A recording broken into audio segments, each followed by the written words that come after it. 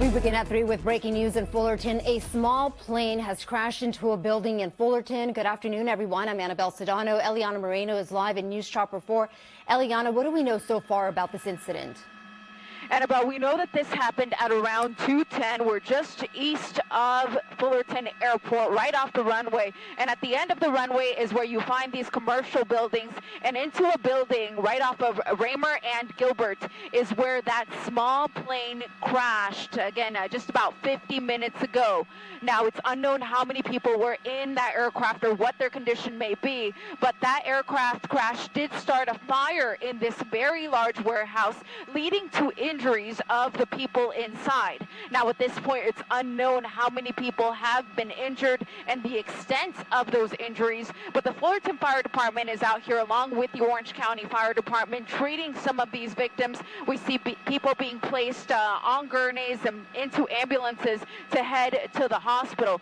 The nearest trauma center is UCI Medical Center, so if there are some trauma patients, they will likely be heading that way, but we also have additional hospitals closer in case those victims aren't injured that severely. But again, at this point, it's unknown how many people have been injured, but the fire department is not only treating those victims, they're also having to deal with the fire in the building itself. This is a 4-alarm fire, which is just one step below the highest level that you can get for a fire of this magnitude. You can see the smoke billowing here from the building. Again, unknown how the people are who were in that plane, but we do know that people have been injured. Anna, I know we're just getting this information and you're giving it to us as you're getting it as well. Do we know much about the airplane, if it had reported any mechanical issues prior to this incident happening?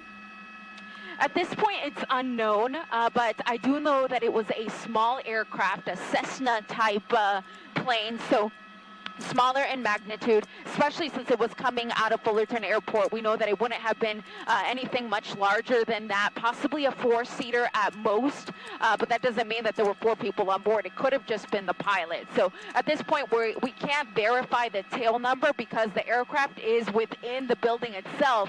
Normally under these types of circumstances, I would be able to run the tail number and give you the exact information of what type of aircraft that is, how many people can be on board. But at this point, with us being unable to see the aircraft, considering that it is inside of that building, all I can tell you at this point is that it is a smaller type aircraft with at most 4 people on board.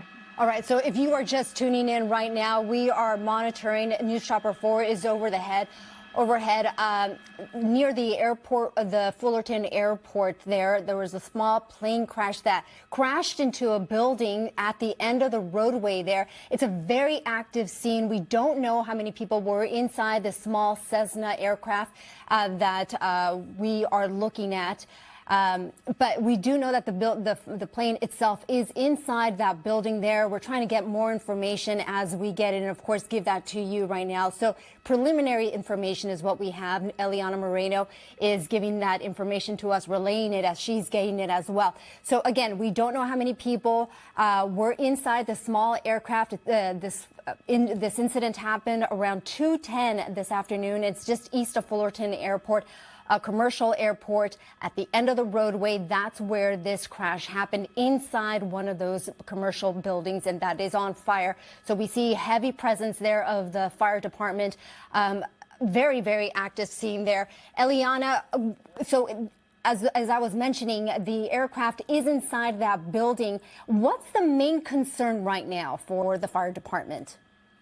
At this point, it's finding additional victims within this very large warehouse, Annabelle. It's unknown to me exactly what this business was operating as, but as I widen out the shot, you'll get a better idea of the type of area that we're looking at. It's highly commercial, bunch of warehouses, but it hit the one there right off of the train tracks off of Artesia Avenue.